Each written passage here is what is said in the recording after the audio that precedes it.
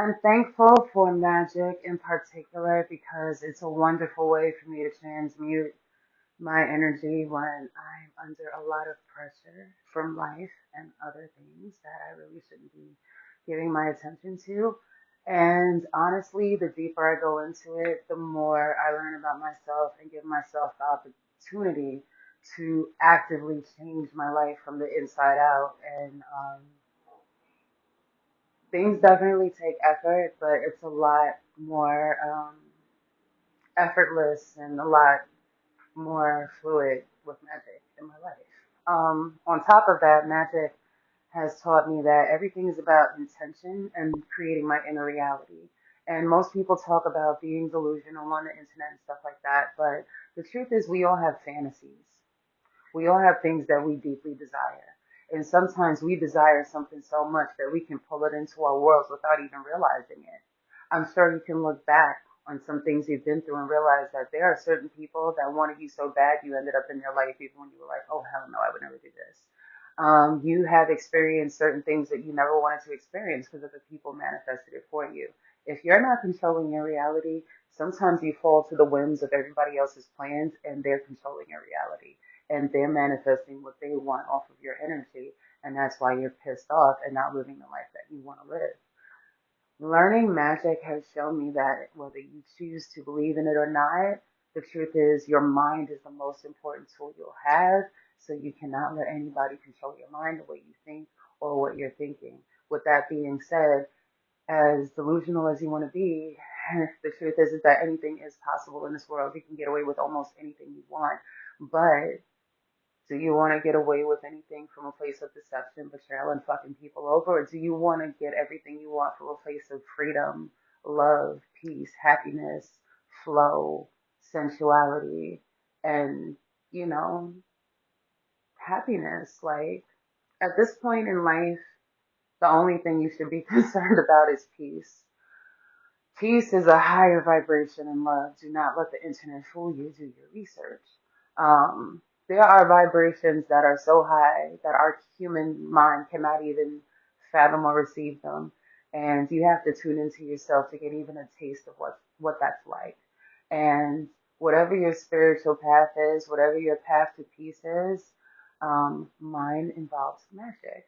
And the biggest lesson I've learned from all of this is the power of understanding what you do, why you do it, understanding what you want, why you want it, and being willing to do the work, to put the work in, or experiencing the limiting beliefs and observations that come up that are keeping you from what you want, and then realizing you're limitless and you just have to really decide that you want it bad enough.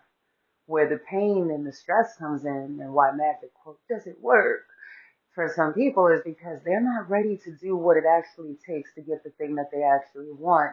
And they assume that magic would be this magical little shortcut that would open a portal to a new reality where they didn't have to change who they were to receive what they wanted to receive and to maintain it on some type of level. New level, new devil, but the truth is that devil is inside of you. Okay? You may have obstacles, you may have ops, you may have people who are like literally masturbating to the idea of your downfall, but that's why you have fantasies, because fantasies are to be kept to yourself and held secret until they blossom into reality. And once your fantasies blossom into reality, you know what the next step is? To protect that shit. That means if somebody had to exit your life for the other person to enter, you keep them out of your life. I don't care if it's a friend, a family member, a coworker. I don't care if it's a neighbor who moved far, far away and suddenly wants to contact you.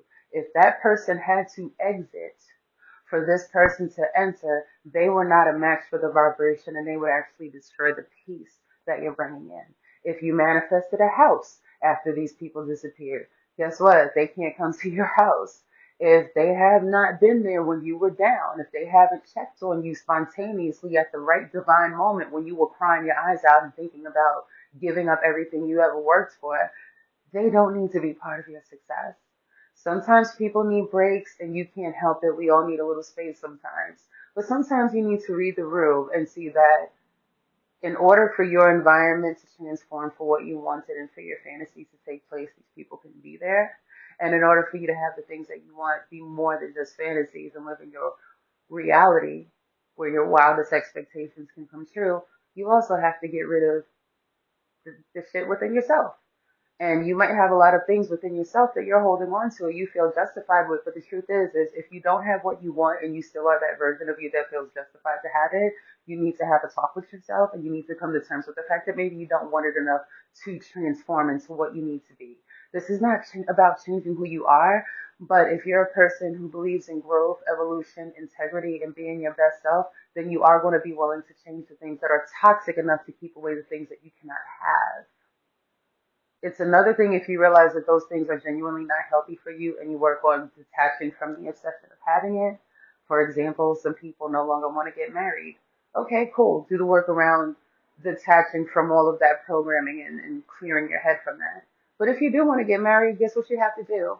Clear your head of all of the negativity that speaks against getting married. It's a choice within. You cannot sit on the fence and want one thing yet feel another way. The cognitive dissonance shows up in your reality, and it also perpetuates the stagnancy and the bullshit that you go through when you're not happy with where life is going because, again, you're letting other things control the decisions that you really need to make from deep within. So again, I'm grateful for magic because it was magic that really reinforced this belief and this experience for me.